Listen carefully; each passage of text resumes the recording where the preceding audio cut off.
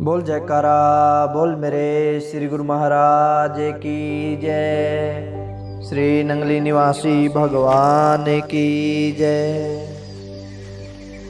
सतगुरु प्रेमियों, आज के इस कलयुगी जीवन में न जाने कितने ही लोग ढोंगी और पाखंडी बनकर बैठे हैं। वो कहते हैं कि हमारे दर्शन करो, हमारी सेवा करो तो सीधा स्वर्ग मिलेगा, जन्म मरण से मुक्त हो जाओगे। न जाने किस प्रकार के और कैसे कैसे ढोंग रचाते हैं।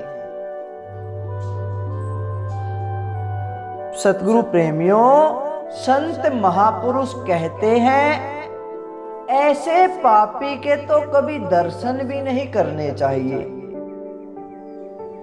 उनके दर्शन करने में भी कल्याण नहीं है, उनके दर्शन होने से भी गलत असर होता है। प्रेमियों, अब बात आती है कि हमें किस महात्मा के दर्शन करने चाहिए, किस संत की शरण में जाना चाहिए। सतगुरु प्रेमियों, संत महापुरुष एक उदाहरण देकर हमें समझाते हैं कि एक बार की बात है, एक महात्मा ने कुछ भजन और बंदगी की।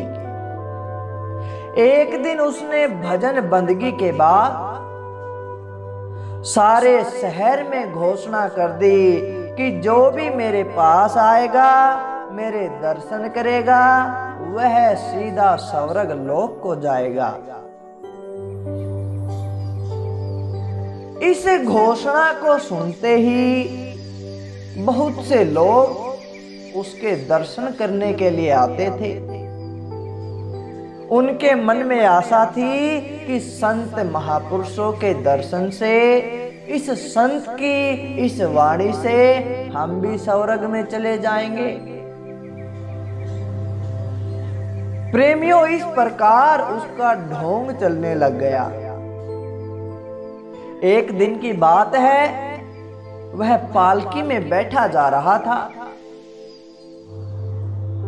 अब भोली भाली दुनिया को उसने बहकावे में लाकर, और लोग भी स्वर्ग की इच्छा के लिए उसके दर्शन करने को आ रहे थे। बहुत भीड़ इकट्ठा हो गई थी। अब रास्ते में जा रहा था, उसी रास्ते पर एक मस्त फकीर बैठा हुआ था। फकीर अपनी मस्ती में मस्त था। उसने यह शोर सुना तो उसने अपने शिष्य से पूछा कि यह कैसा शोर है, क्यों इतनी भीड़ इकट्ठी हो गई है, क्या बात है। अब उस शिष्य ने कहा कि गुरुदेव, एक महात्मा आ रहे हैं, लोग उसके दर्शन करने के लिए यहाँ पर इकट्ठा हुए हैं, और उनके इकट्ठा होने का कारण यह है, उस संत ने घोषणा की है कि जो भी उनके दर्शन करेगा सीधा स्वर्ग को जाएगा। यह सारी बात जब उस संत ने सुनी, इतना सुनते ही वह फकीर सड़क की ओर से पीठ करके बैठ गया, अपने मुंह को ढक लिया। अब जैसे ही उस स्वर्ग में पहुंचाने वाले महात्मा की पालकी वहां आई, तो वह महात्मा भी बड़ा हैरान हो गया कि यह पता नहीं कौन है जो मुझे देखने की बजाय मुंह ढककर बैठ गया है। क्या इसे स्वर्ग की कोई लालसा नहीं?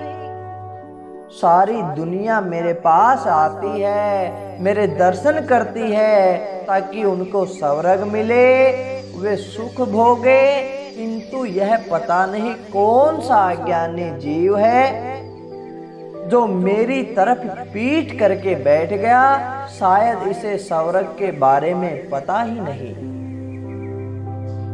यह सोचकर वह बोला कि इस पालकी को यहीं खड़ा कर दो, हम इस व्यक्ति से मिलना चाहते हैं। पालकी वालों ने पालकी को वहीं रोक दिया और वह संत पालकी से उतर गया। प्रेमियों, जब वह उस संत की तरफ गया जिसने अपना मुंह ढक रखा था, अपनी पीठ उसकी ओर कर रखी थी, अब स्वर्ग पहुंचाने वाले संत ने उस दूसरे संत से पूछा कि भाई, तूने मुंह क्यों ढका हुआ है?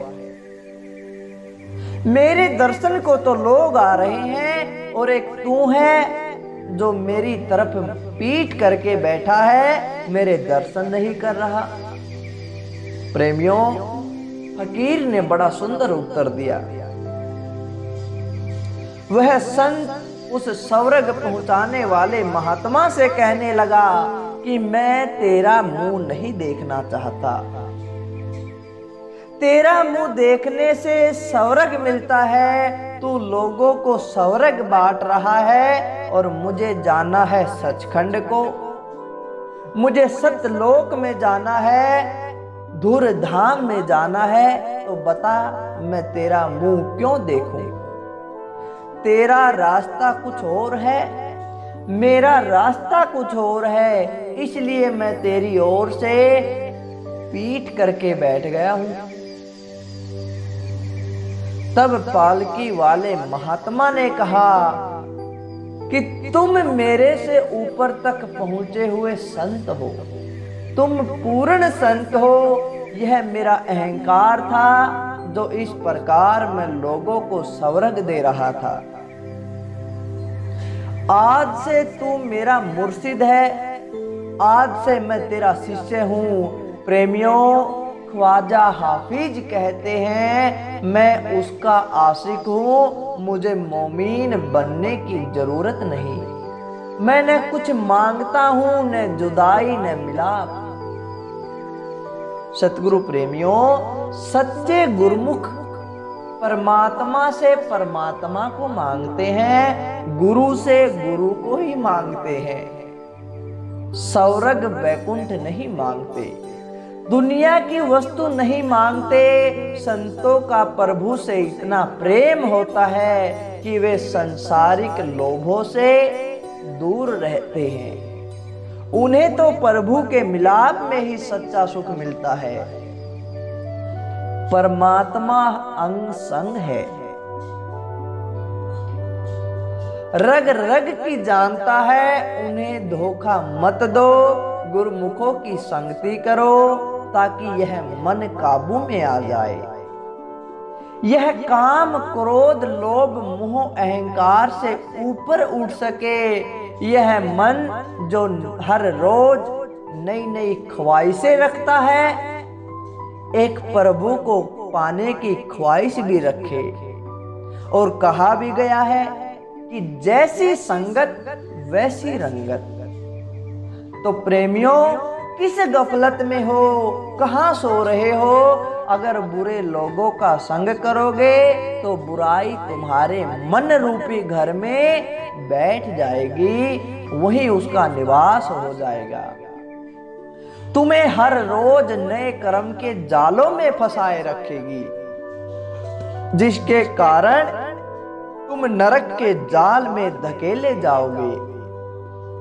और अगर अच्छे लोगों का संग करोगे तो अच्छाई तुम्हारे इर्द गिर्द घूमेगी, बुराई खुद वहां से भाग जाएगी।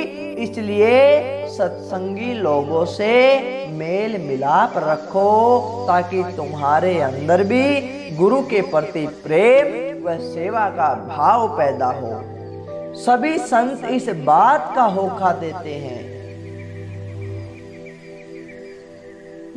संत महापुरुष कहते हैं कि गुरु परमेश्वर एक को जान, अर्थात कि गुरु और परमेश्वर एक दूसरे के पूरक हैं।